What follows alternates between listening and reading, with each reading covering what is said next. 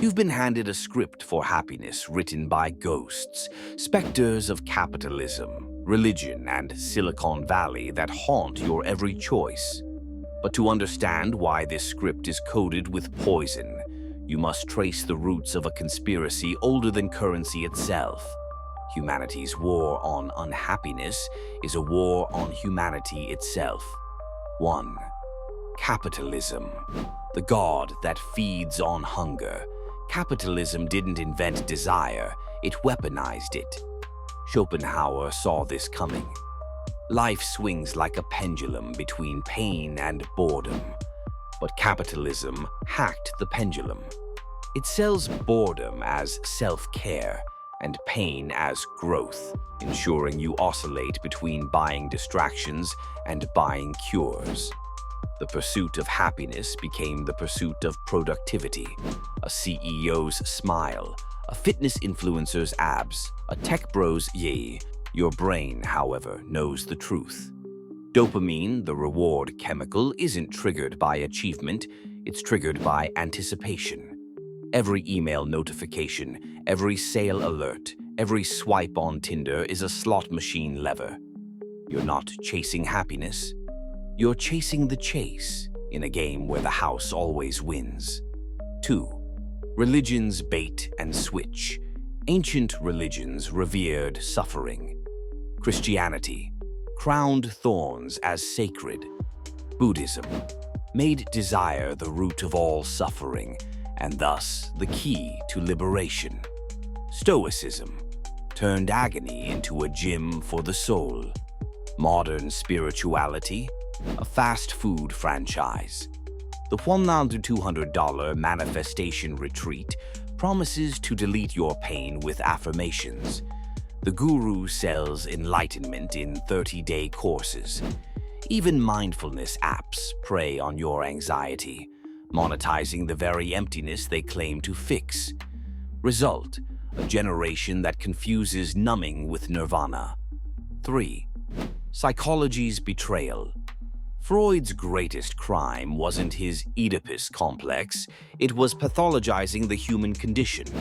By framing existential despair as neurosis, he turned philosophers into patients. Your dread about climate collapse?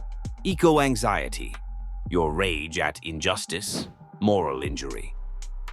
Therapy, once a tool for depth, now mass produces adjusted citizens, people just stable enough to tolerate a dying world. Jung fought back. Neurosis is the substitute for legitimate suffering, but his warning drowned in Prozac prescriptions. 4. Silicon Valley's digital soma. Huxley's Brave New World warned of a society pacified by pleasure pills. Enter Instagram, TikTok, Netflix. Algorithms feed you content that soothes but never satisfies. Endless cat videos, rage-bait politics, porn parodying intimacy. Each click trains your brain to seek stimulation, not meaning. Neuroscience reveals the average person checks their phone 144 times daily, not for joy, but to silence the primal whisper.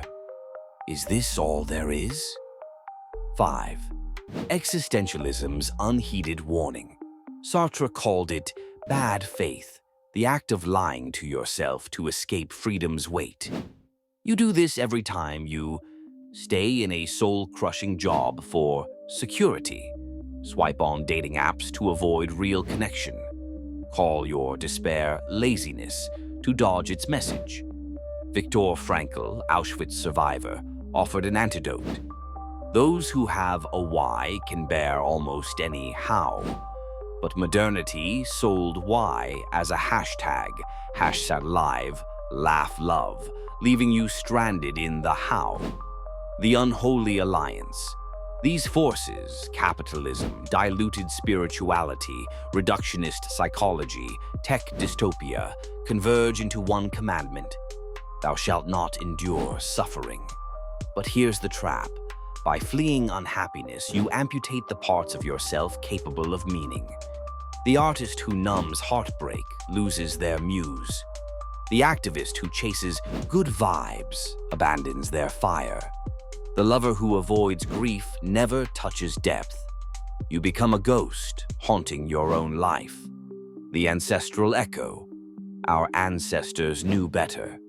Greek tragedies, catharsis through collective weeping. Aztec rituals, blood offerings to honor life's fragility. Shamanic journeys, darkness faced to retrieve wisdom. Modernity, however, wages war on the dark. Antidepressants for sadness. Productivity hacks for grief. TED Talks that reframe trauma as your greatest gift. But as Nietzsche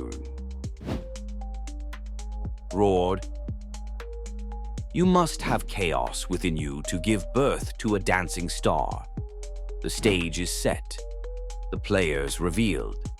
But the greatest tragedy remains veiled, how this war on unhappiness has birthed a world where joy is a brand, love is a transaction, and souls are collateral damage.